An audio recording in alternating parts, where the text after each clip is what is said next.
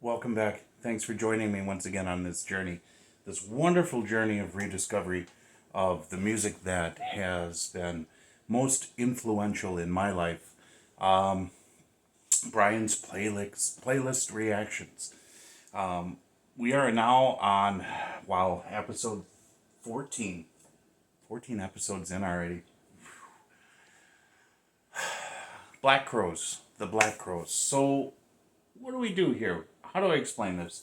If you guys have been following my journey in each of the videos, the explanation grows, okay, as to where I started and how I start to branch off and add these different musicians. I was there when the Black Crows hit the scene, and they came on strong, man. I mean, with Shake Your Moneymaker, their first album, songs like Sister Luck, Twice as Hard, Hard to Handle, those songs were played on the radio quite a bit. And there was a lot of excitement and enthusiasm around them. I looked at them as the new Led Zeppelin, the Led Zeppelin of the 90s. And lo and behold, later on in the 90s, they did go ahead and do a collaboration with Jimmy Page where they resurrected a lot of those Led Zeppelin songs as well. So that was very apropos. So the Black Crowes have been, again, much like Blues Traveler or Sass Jordan, we're in this electric rock blues genre that was always sort of the alternative to the staple musicians and music that I listened to. There's always something about them that, to me, resonated. The good feel, the good music, the way Chris sings with his soul. This is not to say all the outside stuff of the band. I'm just talking about just the music itself. Because when he was young, Chris, and I don't know if he is this way, he is a bit of a punk in the interviews and whatnot that I've seen. And I know him and his brother had some differences as well, some infighting. So, but it's good to see that they're back and they're creating music again. Descending is probably my most favorite song off of Amorica, which has that controversial cover. That was really controversial when that came out. What can I say about it? I was thinking about their repertoire of music from that era. Now, the second album was my favorite, but I wanted one that was a little more representational of their feel, because that's really what it comes down to. And I think this song is probably the right choice for me. If the lighting seems strange to you guys, I'm fighting headaches again, so I have to do this in a little bit more of a low light setting. So don't mind that. But what else can I say? We'll let the music speak for the rest of it, and I will give you a raw, honest, and unedited reaction. As always, please check out the description box below for ways to support the channel, ways to follow me outside of whichever platform you're viewing me on, and of course, information about which platforms you can view me on. All right, here we go. Descending. Man, this song.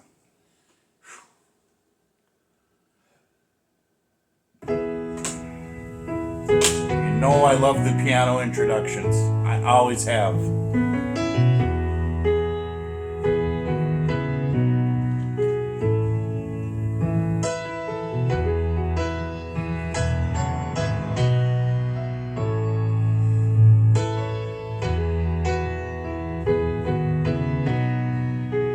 Hear all the pitches.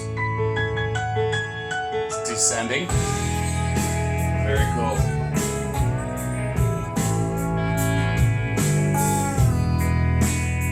Slide guitar. Nice touch.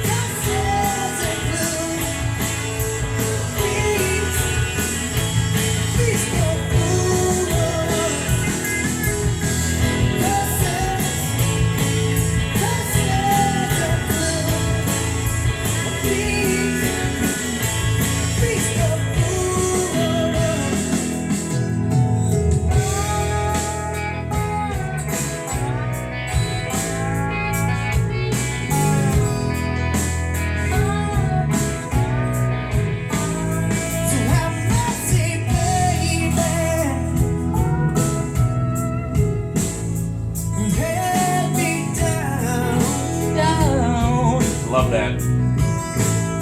Well, it was just a few years ago. You had me up in a mad ride out of town, but I would let it slide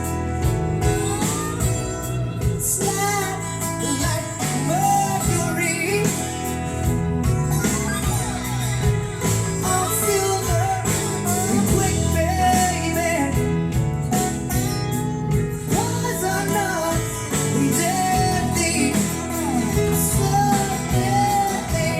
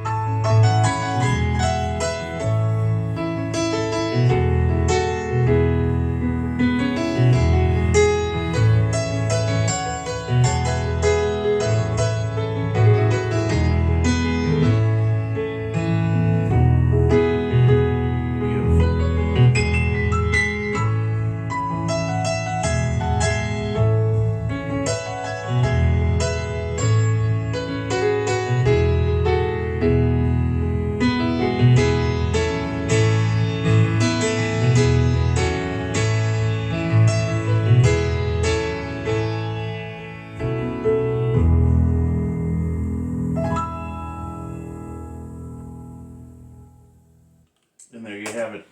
So this one, to me, I think is a little bit more of a classy, more mature representation of their music. Because when they came out, they had a lot of attitude in their music, in the way they presented themselves, and really just some kick butt Southern rock that was just a well needed infusion of energy into a new decade, the 90s. I mean, the 80s were coming to a close, things were shifting musically. Grunge was about to hit the scene pretty big. And that there'll be moments of that represented in this playlist as well. But then out of nowhere, you have this brand new Southern rock that came into the musical landscape that that was out of left field. You know, didn't expect it, and it was good. It was very, very good. And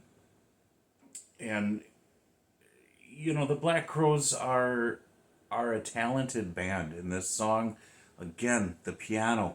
Love the intro and outro of piano when it's done appropriately. They did it wonderfully. There was a nice, well balanced, measured amount of guitar with slide. You didn't have to have a solo, a bluesy rock solo.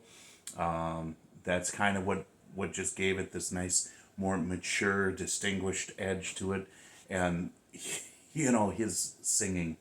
Chris is one of those vocalists to me that just, you know, he's got something special. And it is sort of a raw, seemingly unrefined way of singing, but if you listen to it, he's got such passion and soul.